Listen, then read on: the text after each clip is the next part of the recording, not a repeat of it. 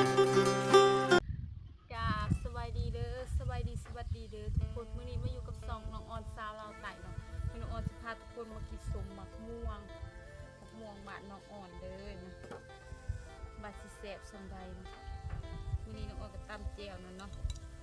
แจ่วแบบว่าลักษณะคือเฮาตำเฮาอันนั้นเนาะทุกคนเฮาพักใส่แล้วก็สุดเอาแซ่บเนาะเบิ่งมีดกะมุนเบิดเนาะพาทุกคนมากินสมหมักม่วงนี่ทุกคนเป็นตาแซ่บอีโหมาเลิกกินสมหมักม่วงนำกัน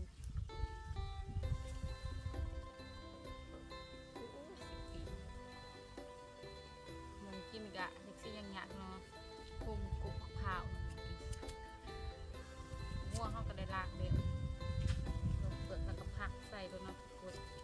ไม่เลิกกินสมหมกม่วงน้ำกันเนาะมื้อนี้น้องอ้อนกับซิมาเว้าเรื่องอันนี้น้องอ้อนแจ็คคือเฮ็ดแนวไรน้องเที่ยวน้องอ้อนก็อยากไปเฮ็ดเวียกอยู่ไทยเนาะน้องอ้อนอาจสิเศร้าเฮ็ดคลิปก็มีเนาะแบบวิววันบุรีเนาะคลิปนี้อาจจะเป็นคลิปสุดท้ายก็มีเนาะทุกคนเมื่อยใจน้ำชีวิตเนาะเฮ็ดได้กับโบราณเฮ็ดได้กับโบปัง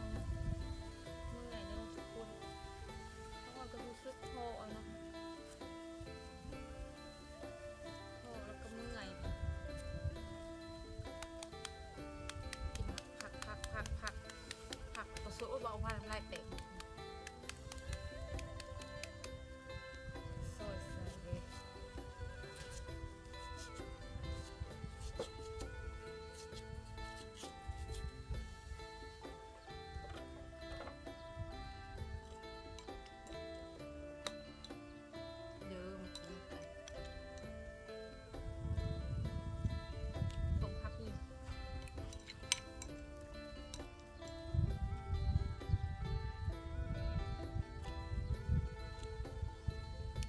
แล้วน้องอ้อนก็เห็นคอมเมนต์หนึ่งได้นะ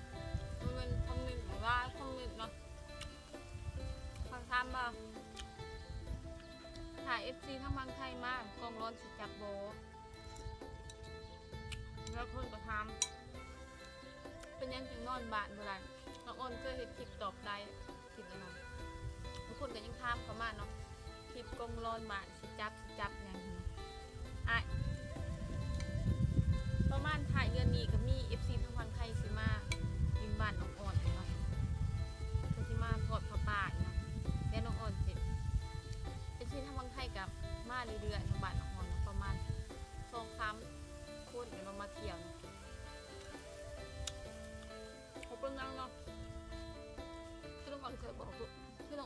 ทุกคนเลยเนาะท่านมากก็บอกน้องอ่อนก่อนเดี๋ยวน้องอ่อนไปบอกผู้ใหญ่บ้านด้วยทางคนไทยของแบบผู้ใหญ่บ้านท่านมาของบ้านนายบ้านถ้าไปบอกตำรวจบ้านเนี่ยถ้าบอกเขาก่อนบอกเป็นยังเดิมมาได้ท่านบ่ได้บอกผู้ใดเงินมาบ่ได้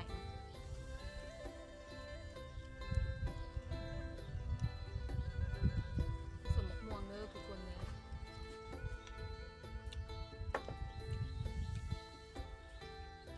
สีแดงใบกลเนาะหลายคนก็มักทานน้องอ่อนมักเสือสีแดงเมนเนาะเป็นคนมักนงเครื่องสีแดงเนาะเป็นอีหยังย้อนน้องอ่อนเกิดบ้านถิ่นเนาะน้องอ่อนเป็นมักเครื่องสีแดงเธอก็ย้อนเกิดบ้านถิ่นน้องอ่อนเกิดบ้านถิ่นเนาะคือจะมักสีแดงเนี่ยจังหน่อยเลงเจ็ดน้องอ่อนก็บ่มักเลงซ้ำจังหน่อย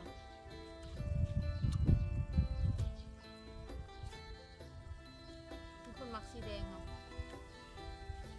คือน้องอ่อนเบาเลยเนาะมาไล่มาดิดมาเที่ยวถ้านอนกับคือสิได้อยู่นอนนำคืน1-2 คืนเนาะ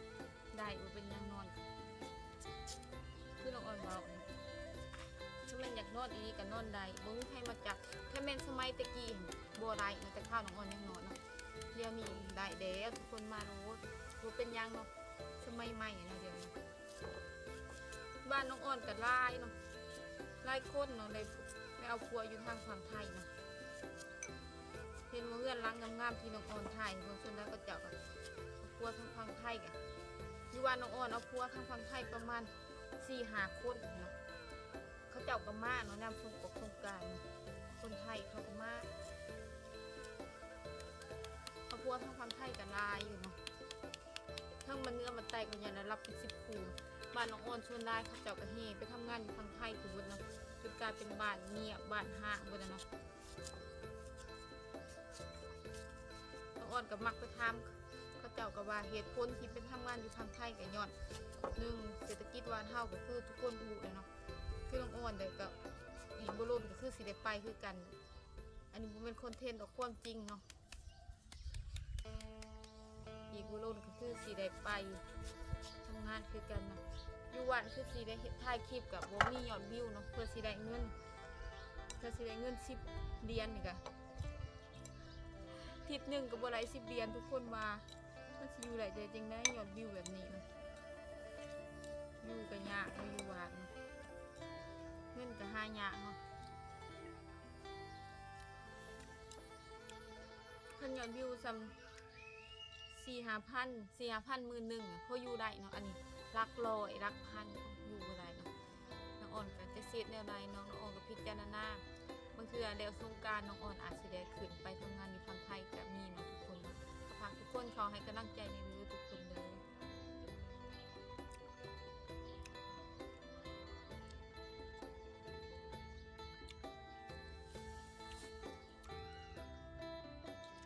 ฝากทุกคนทำให้กำลังใจน้องอ่อนชาวลาวใต้เนาะ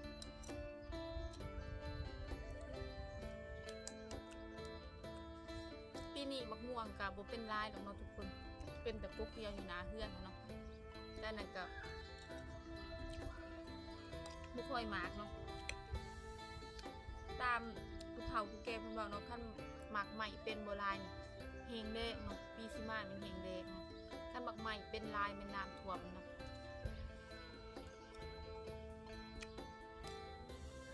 ปีนี้หมากใหม่บ่ค่อยมากเนาะทุกคนคิดเห็นบ่แน่เลยบ้านน้องอ่อนหมากม่วงมากอยู่กับบ่ลาย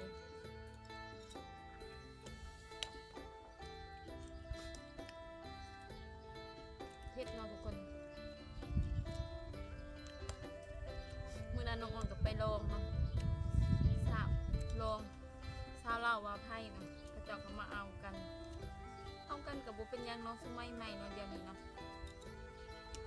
เพราะว่าอยู่ใช้ก็เอากันได้เนาะบ่แต่เข้าใจกันเนาะก็เอากันได้มันบ่เกี่ยวกันเนาะอายุเพียงตัวเล็กเนาะทุกคน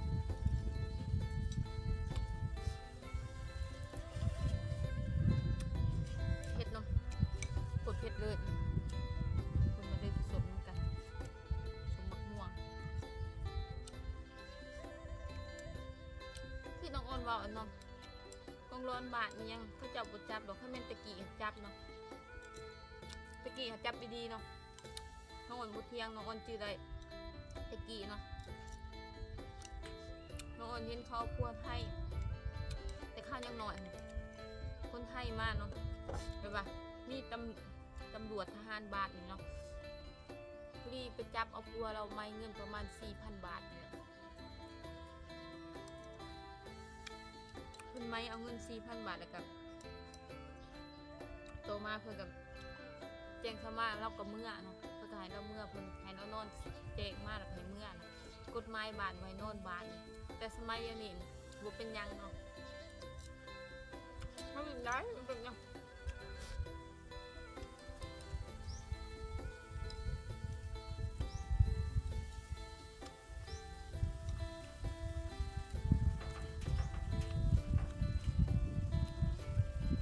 สมัยตะกี้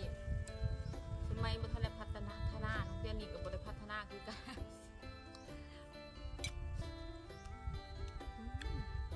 คนเบิ่งหมักหมอกแต่แสนอะโคตรสมเลยสมแท้สมบานกินได้ลำได้ได้แต่บักกินลายก็บ่ได้เนาะกินแล้วก็เจ็บท้องเนาะทุกคน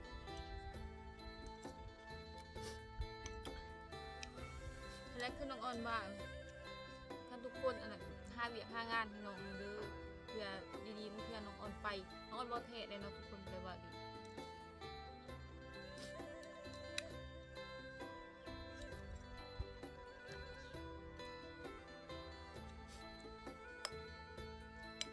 กำลังหาเงินเฮ็ดบัตรอยู่นะไปทำงานทำให้แซ่บเนาะทุกคนแซ่บแล้วก็โคตรสมเลยสมขนาดเลยน้องก็ขอบใจ FC ทุกคนในไลน์เนาะคลิปนี้น้องออกก็สิมาตอบคำถามทุกคนเนาะมาตอบคอมเมนต์เนาะคอมเมนต์ว่ากองร้อนบ่จับบ่ตำรวจบ้านบ่จับบ่ถ้ามี FC ทางฝั่งไทยมาบ่จับเด้อทุกคนน้องออนกำลังตีให้เด้อมาลิมาเที่ยวได้นอนบ้านก็ได้เนาะประมาณ3คืน1 2คืนเนาะทุกคนพิษน้องก็ขอบใจทุกคนในไลน์เด้อทุกคนเด้อให้กินให้แซ่บเนาะน้องออนกำลังตีให้เลยว่ามานอนบ้านนอนเพื่อนได้เด้อทุกคนเด้อสำหรับคลิปนี้น้องออนก็สิจบไปเด้อเนาะทุกคนฝากทุกคนกดติดตามช่องน้องออนซาวเล่าใต้เด้อทุกคนเพื่อให้กำลังใจน้องออนที่คลิปต่อไปเด้อน้องออนก็เมื่อยได้น้องก็สิบิดบ๊ายบายเนาะ